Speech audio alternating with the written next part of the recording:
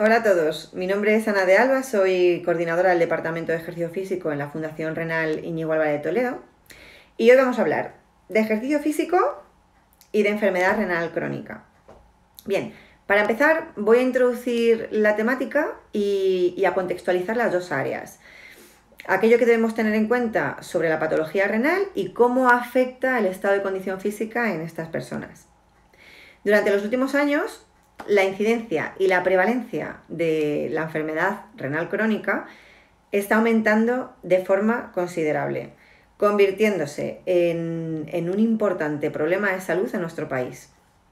Según datos publicados en 2018, afecta a 1 de cada 7 adultos en España, con una mayor prevalencia en varones, personas de edad avanzada y en aquellos con enfermedad cardiovascular. En nuestro país, la enfermedad renal crónica es el noveno factor de riesgo a la hora de medir los años de vida perdidos por muerte o por enfermedad prematura. La principal causa de mortalidad en pacientes con enfermedad renal crónica es la cardiovascular, y debido a esto, factores como la edad avanzada, el propio tratamiento dialítico, la anemia o la enfermedad mineral ósea, estos pacientes suelen presentar un estilo de vida sedentario. Además, ya sabemos que el sedentarismo incide sobre la enfermedad renal crónica y se relaciona con una disminución de masa muscular, sarcopenia, esta última incluso relacionada con la osteopenia, y a mayor riesgo de fracturas, que se ve agravado por las alteraciones del metabolismo mineral óseo, empeorando la movilidad de estas personas, y sin olvidar que otro factor muy relevante asociado a esta población es la fragilidad, que constituye un síndrome multidimensional caracterizado por la presencia de sarcopenia, debilidad, disminución de la resistencia al ejercicio físico. Esta conlleva la pérdida de la función física y cognitiva y, por tanto, un deterioro funcional que deriva en el sedentarismo y en disminución de la autonomía funcional. Además de estos aspectos, los pacientes con una enfermedad renal crónica terminal en tratamiento de hemodiálisis presentan otros síntomas que afectan a su calidad de vida, entre los que podemos destacar la hipotensión, la presencia de calambres musculares, problemas con el acceso vascular, arritmias, estados de ansiedad y de depresión, pueden tener frecuentes ingresos hospitalarios, desnutrición. En este aspecto, la práctica de ejercicio físico regular parece ser una de las principales estrategias para frenar la pérdida de masa muscular y la pérdida de fuerza causada por la sarcopenia y revertir el estado de fragilidad, así como intervenir en factores de riesgo cardiovascular, que son tan relevantes además en esta población. En base a esto, durante los años 80, diversas unidades de diálisis de Estados Unidos comenzaron a integrar programas de ejercicio físico intradiálisis, comunicando múltiples beneficios para el paciente en aspectos funcionales, fisiológicos y psicológicos. Y tras décadas de trabajo en este área, tanto los ensayos clínicos como las revisiones sistemáticas y metaanálisis que hemos podido observar reflejan buenísimos resultados, asociándose con beneficios tanto en parámetros de salud como en calidad de vida. Por lo tanto, nosotros en la Fundación Renal llevamos desde 2016 trabajando en este área. Bien, vamos a hablar ahora sobre la enfermedad renal. ¿Qué es la enfermedad renal? Pues es una pérdida gradual y progresiva de la capacidad renal de excretar productos nitrogenados, concentrar la orina, mantener la homeostasis del medio interno causado por una lesión renal estructural irreversible y presente durante un largo periodo de tiempo. Pueden ser meses o años. Por lo tanto, ¿qué características podemos encontrar en la enfermedad renal crónica? Función renal reducida, puede ser debido a una disminución del número de nefronas, deterioro funcional por pérdida de nuevas nefronas funcionantes, Situación funcional estable en el curso de semanas o meses, pero con empeoramiento progresivo de meses o años hasta llegar al síndrome urémico. Las manifestaciones clínicas que se observan en la enfermedad renal crónica dependen de la velocidad de instalación y del estadio evolutivo. Es decir, una tasa de filtrado glomerular entre el 35 y el 50%, el paciente es asintomático. No vamos a saber a simple vista que tiene una enfermedad renal crónica. Pero entre el 25 y el 35% ya hay manifestaciones iniciales. También encontramos manifestaciones en la afectación de los distintos órganos y sistemas, por ejemplo, en el aparato digestivo, en el aparato cardiovascular, como la arteriosclerosis generalizada, que esta es la principal causa de muerte en estos enfermos, la hipertensión arterial, que es la complicación más frecuente de la enfermedad renal en fase terminal, trastornos de agua y sal, por ejemplo, incapacidad de concentrar orina, retención de agua y sal, que es la oliguria o crea hipertensión arterial también. Trastornos del potasio, trastornos ácido-básicos, como la acidosis metabólica, alteraciones en el metabolismo calcio-fósforo. Bien, ¿cómo es el tratamiento del enfermo renal crónico? Pues inicialmente lo que se controla es la dieta y el balance hidroelectrolítico. Controlamos el sodio, el agua, controlamos el potasio, controlamos el calcio, por ejemplo, suplementos de calcio, quelantes de fósforo y vitamina D. Bueno, cuando este tratamiento no es suficiente, pasamos a tratamiento renal terminal, que puede ser diálisis peritoneal, puede ser hemodiálisis o puede ser trasplante de riñón. Nosotros ahora nos vamos a centrar en pacientes en tratamiento de hemodiálisis. ¿Qué es la hemodiálisis? Pues la hemodiálisis es una técnica de depuración extracorpórea de la sangre que suple parcialmente las funciones renales de excretar agua y solutos y de regular el equilibrio ácido básico y electrolítico, pero no suple las funciones endocrinas ni metabólicas renales. Consiste en interponer entre dos compartimentos líquidos, que es la sangre y líquido de diálisis, una membrana semipermeable, y para ello se emplea un filtro o un dializador. La membrana semipermeable que permite que circulen agua y solutos de pequeño o mediano tamaño, pero no permite que traspasen proteínas o células sanguíneas muy grandes como para atravesar esos poros, ¿no? Podemos imaginarnos como un filtro del café. En este caso, las proteínas y las células sanguíneas serían los restos del café que se quedan en el filtro.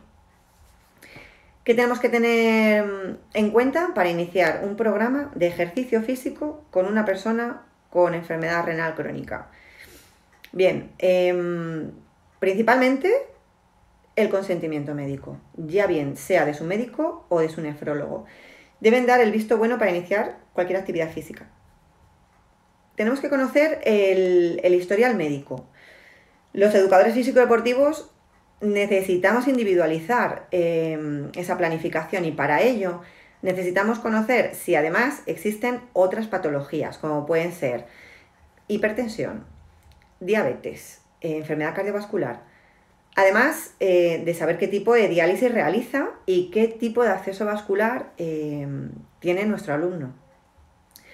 En tercer lugar, debemos conocer los criterios de exclusión médicos. Debemos conocerlos. Y estos son: puede tener una cardiopatía clase 2 o superior según la New York Heart Association, la NYHA, que lo podéis buscar en internet. Puede haber padecido un evento cardíaco en los últimos 6 meses, criterio de exclusión. Haber padecido un accidente cerebrovascular en los últimos 6 meses, criterio de exclusión. Tener tensión arterial no controlada. Tener fracción de eyección del ventrículo izquierdo inferior o igual al 50%. Tener situaciones de hipoglucemia inferiores o iguales a 60 miligramos por decilitro. Tener úlceras sangrantes. Tener un acceso vascular inmaduro o disfuncionante, tener un ingreso hospitalario reciente que requiera reposo o limitación en esfuerzo físico. Y por último, y muy importante, debemos realizar pruebas de valoración de la condición física, ya que necesitamos un punto de partida que nos oriente hacia los objetivos que queremos conseguir y la capacidad que tiene nuestro alumno. La elección de los test debe ser también muy meditada y ajustada a sus capacidades. Sin embargo, en la Fundación Renal nosotros utilizamos aquellas recomendaciones que ya están publicadas en la literatura. Los test que hacemos de manera general, luego hacemos otros específicos, pero de manera general son el 6 Minutes Walking Test, que es una prueba aeróbica que registra la distancia que el paciente es capaz de recorrer andando a su ritmo habitual de marcha durante 6 minutos y se mide en metros. Medimos también el sit to stand to sit en 10 segundos, aunque existen 3 variantes de 30 segundos y de 60 segundos. Y este test lo que consiste es ver la fuerza que tienen las extremidades inferiores. Como os digo, tenéis la versión de 10 repeticiones o de 30 segundos o de 60 segundos. El test de dinamometría manual, esta prueba valora la fuerza de presión manual mediante un dinamómetro y está relacionada directamente con la calidad de vida. Además, en nuestro caso, con nuestros pacientes, esta información lo que nos aporta es la pérdida de fuerza que hayan podido sufrir aquellas extremidades que tienen fístula arteriovenosa. Para incluir cualquier otro tipo de test debemos estudiar antes si es viable y si es seguro para nuestros alumnos, además de basarnos en referencias científicas para llevarlos a cabo con plenas garantías. Ahora vamos a intentar definir aquellas adaptaciones necesarias para planificar el entrenamiento con personas con enfermedad renal crónica. Vamos a hacerlo en formato pregunta. Por ejemplo, mi alumno tiene sesiones de hemodiálisis 3 días a la semana.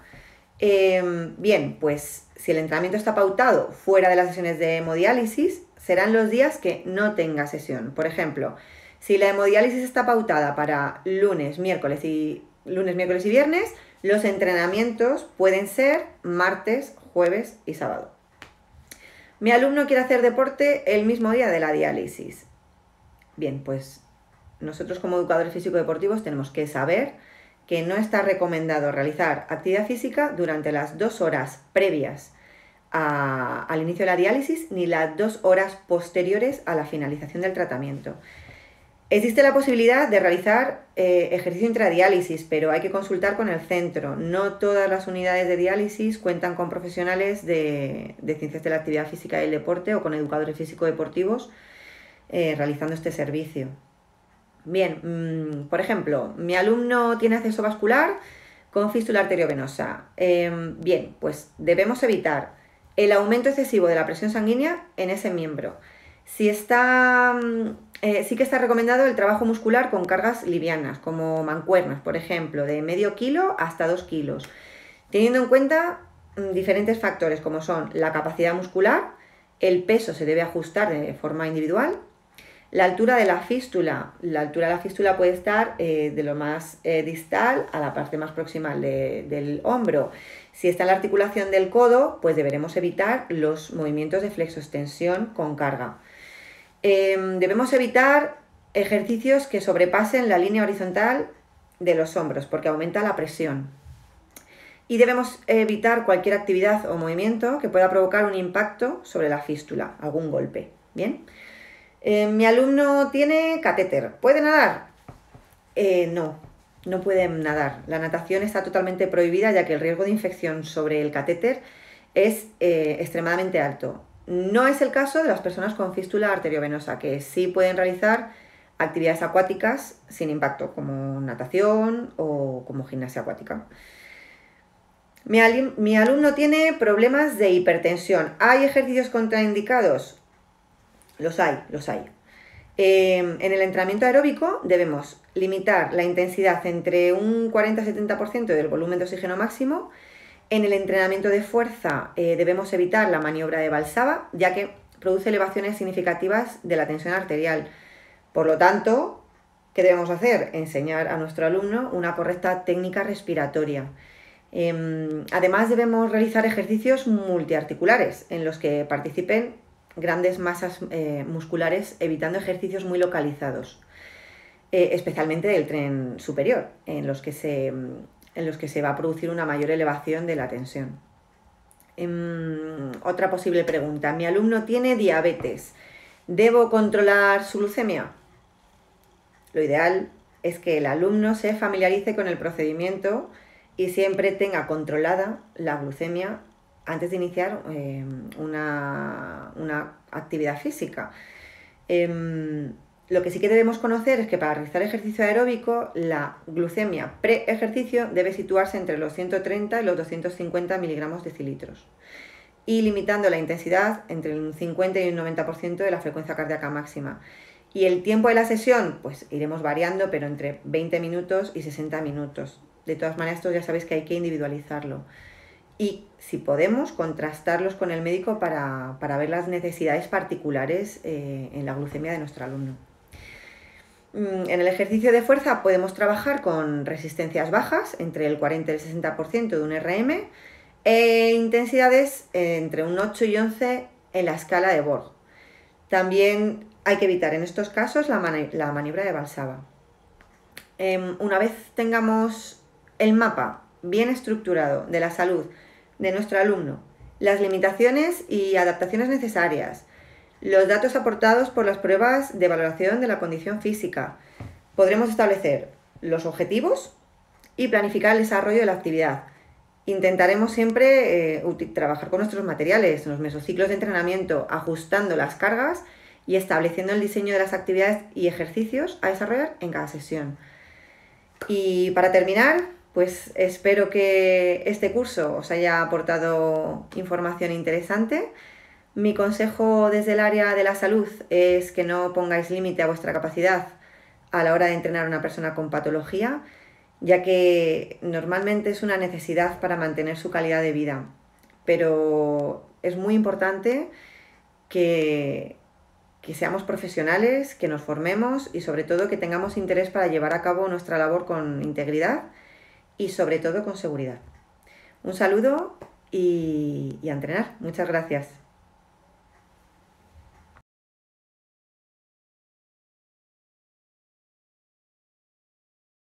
Comunidad de Madrid.